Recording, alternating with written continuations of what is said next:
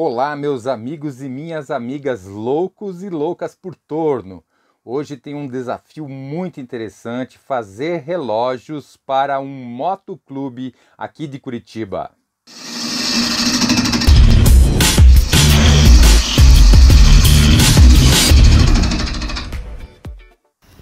Bom, temos aí uma prancha de mogno e eu tenho o desafio de colocar essa coroa de moto que eu mandei cromar dentro dessa madeira.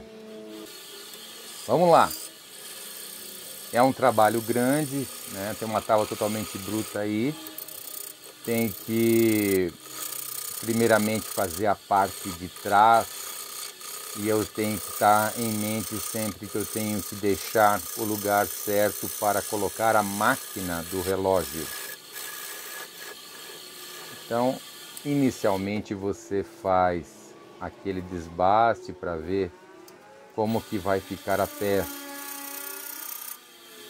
Como a peça estava em desequilíbrio, desbalanceada, é melhor tirar o bordo e deixá-la um pouco mais regular.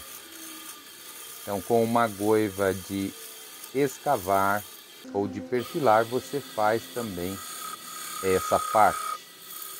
Agora sim, uma vez a peça mais balanceada, vamos retificar o fundo para termos a certeza que ficará muito bem colado na parede e sem ficar empenada. Aí com o raspador dá aquela passada simplesmente na finalíssima aí antes de começar a lixação.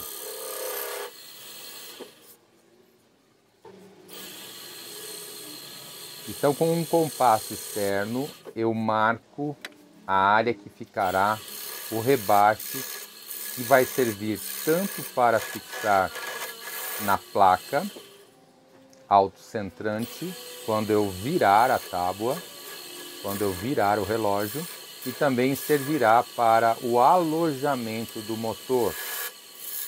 Motorzinho esse que pode ser adquirido aí em furnituras ou em algum site estrangeiro. Também no Mercado Livre você encontra aí máquinas de relógio ou mecanismos para relógio, e aí você pode fazer o seu relógio também aí com o seu torno na sua casa.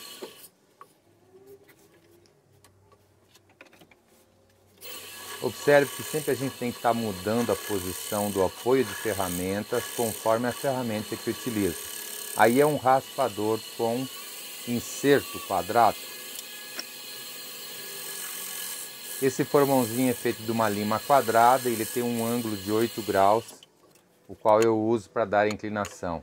Aí eu confiro se está bem retificada, me certifico que a profundidade deixada está certa. Aproveite e já deixe seu like agora, antes que você esqueça. Alô, você que não se inscreveu no canal ainda, vai aí o meu convite. Esse é um canal muito bacana sobre tornearia. Para não cansá-los, lembro a vocês que usei aí uma série de lixas, até que eu cheguei na lixa 400 e agora estou passando uma seladora à base d'água.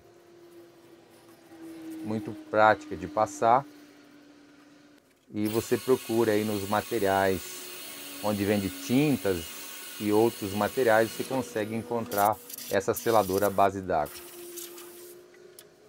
Sempre usando aí o compressor de ar para que eu possa tirar excesso de poeira e poder então passar a seladora.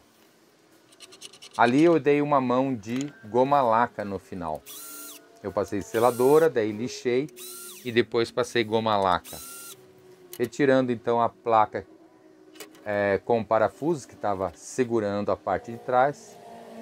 Inicialmente com uma broca 8 milímetros eu vou fazer a furação.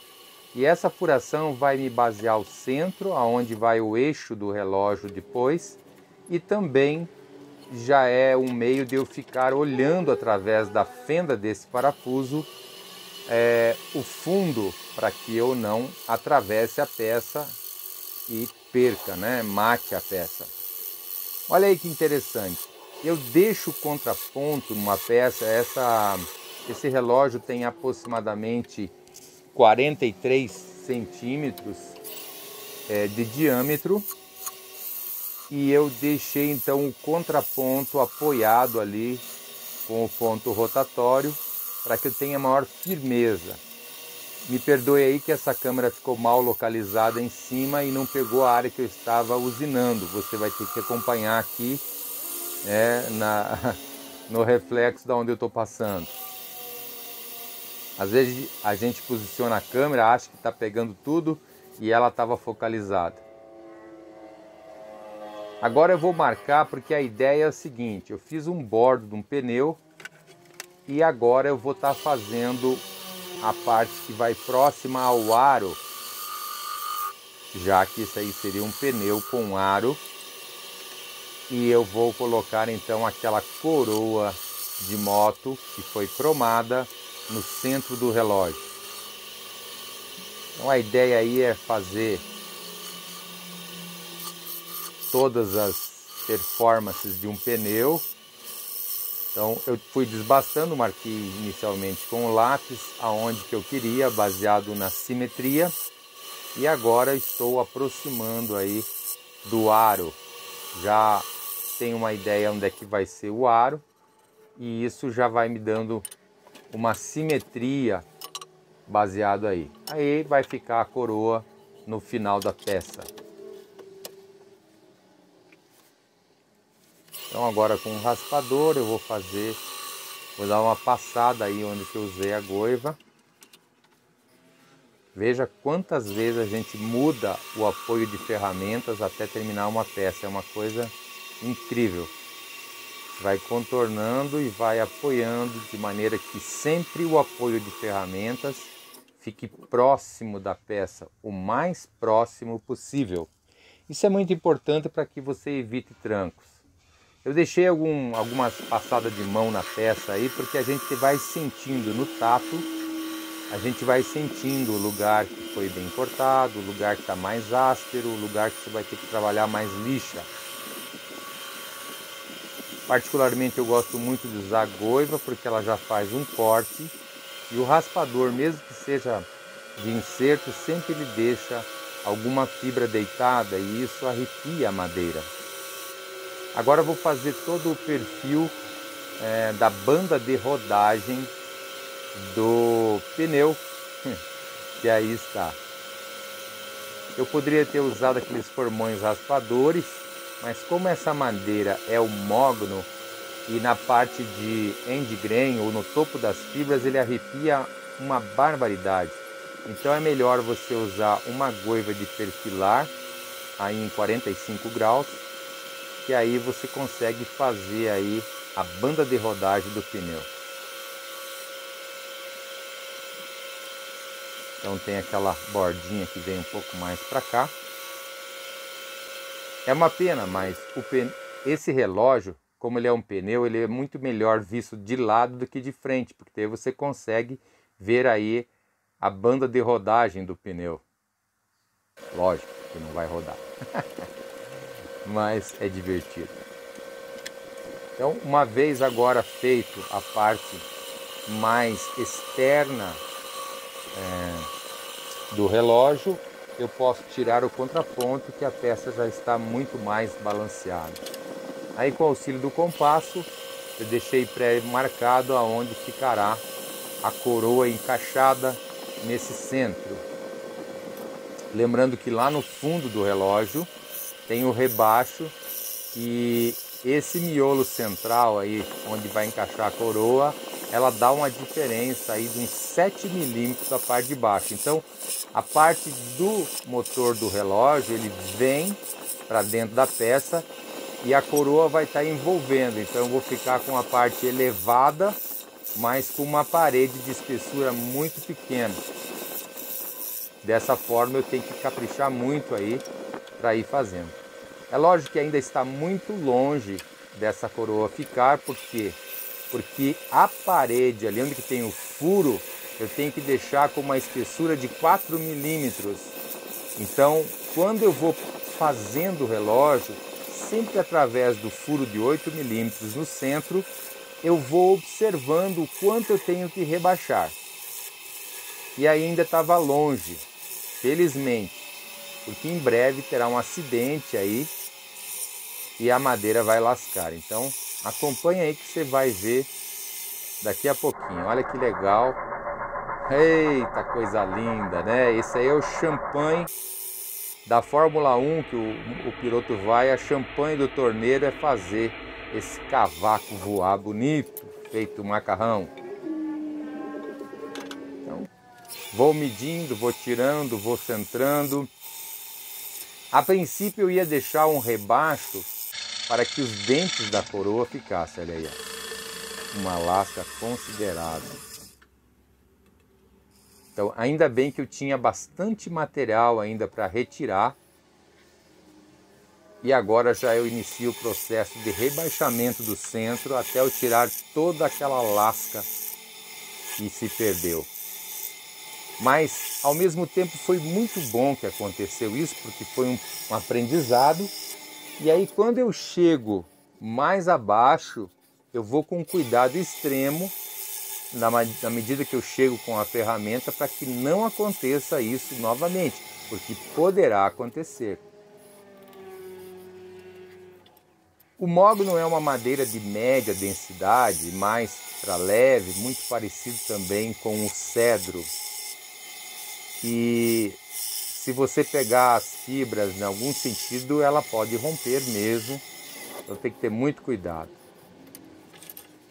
Então, aquela hora eu me aproximei muito com a goiva de escavar e agora sempre quando eu chego próximo ao centro, eu vou com a goiva de perfilar, que aí eu consigo tirar uma qualidade melhor ali.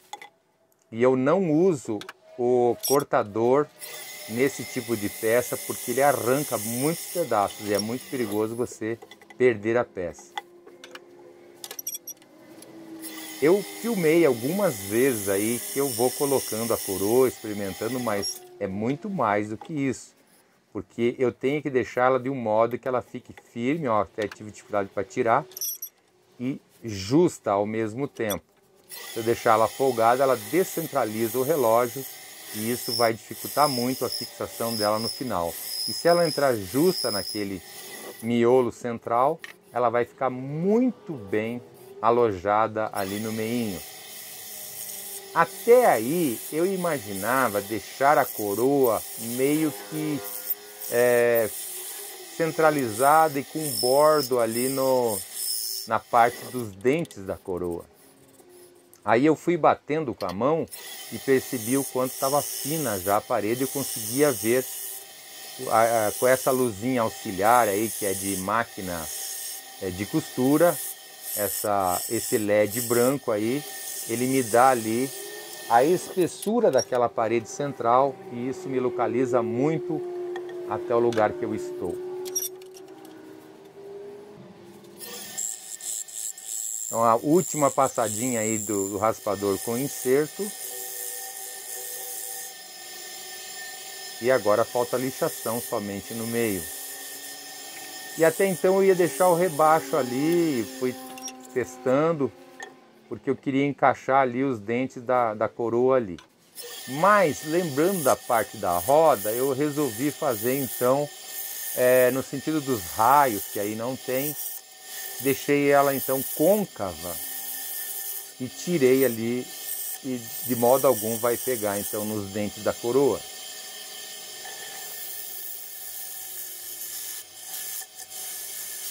Aí, ó, quando eu chego muito próximo ao centro, eu tenho que tomar muito cuidado, senão eu rompo aquele miolo e eu perco todo o trabalho, além de perder uma madeira que é tão difícil de encontrar. Essa madeira é proveniente de madeira de demolição, um pranchão aí que eu ganhei de um amigo, né?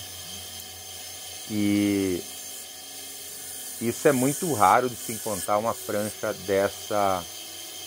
E até quando eu ganhei essa madeira era para ser garafeira e depois a hora que ela estava muito suja, muito escura, e quando eu comecei a tornear, eu percebi que era mogno, um achado incrível. Tá aí então, a peça fica bem centralizada. Agora eu, com o tato, percebo umas áreas que ainda precisa algum tipo de acabamento. Aí o aro do pneu eu tenho que fazer um detalhezinho ali, onde teoricamente ia começar os raios, aí ele é mais elevado. Então tem uma curvinha estratégia aí. Passei o raspador ali no centro e agora é a hora de começar a lixar. Então eu sempre uso, aí nesse caso, usei a lixa 100, 120, 180, 220, 320 e a 400. Depois que eu passo todas essas lixas, eu passo a esponja de aço. Deixe seu like aí, aproveita. Ó, então aí eu já tinha passado todas aquelas lixas e eu cortei no filme para que você não fique cansado aí de ver tantas lixas sendo trocadas.